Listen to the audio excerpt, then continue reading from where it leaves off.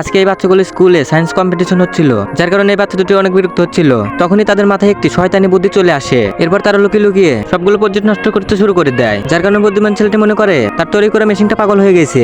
এটা দেখে স্কুলের সব বাচ্চারা ছেলেটাকে নিয়ে মজা করতে শুরু করে দেয়। কিন্তু এরপরের দিন প্রিন্সিপাল ছেলেটা ঢুকে তার অফিসে ডেকে আনে। তখন প্রিন্সিপাল তাদেরকে বলে তোমাদের সকল ঘটনা ধরা পড়ে গেছে। এরপর প্রিন্সিপাল বলে আজকে থেকে তোমাদের শাস্তি হলো তোমরা দুই বন্ধু ভিন্ন ভিন্ন ক্লাসে বসবে। এর আগেও তারা স্কুলের সবাইকে প্যাং করে বিরক্ত করতো, কিন্তু প্রিন্সিপালের কাছে কোনো প্রমাণ না থাকার কারণে তারা প্রতিবারে বেঁচে যেত। কিন্তু কিছুক্ষণ পর তারা সিসিটিভি ক্যামেরার প্রমাণ নষ্ট করতে প্রিন্সিপালের অফিসে চলে যায়। কিন্তু তখনই প্রিন্সিপাল সেখানে চলে আসে আর তাদেরকে বলে আমি আগেই জানতাম তোমরা সিসিটিভি ক্যামেরার প্রমাণ নষ্ট করতে এখানে আসবে, এজন্য আমি রেকর্ডারটাকে আমার সাথে রেখেছি। এরপর শয়তান ছেলেটা প্রিন্সিপালের সামনে একটি জাদুময় লকেট দেখে হিপনোটাইজ করে দেয়। তখন প্রিন্সিপাল হিপনোটাইজ হয়ে তাদের সকল কথা মানতে শুরু করে দেয়। তখন তারা প্রিন্সিপালকে বলে তুমি এই ছবিটাতে দেখানো চারটেলা সুপারম্যান হয়ে যাও। তখনই প্রিন্সিপাল তাদের কথা মতো চাঁদনি ম্যান হয়ে যায়। নেক্সট পার্ট দেখতে চাইলে ভিডিওতে লাইক করে চ্যানেলটি সাবস্ক্রাইব করে কমেন্ট অবশ্যই পার্ট 2 লিখে যান।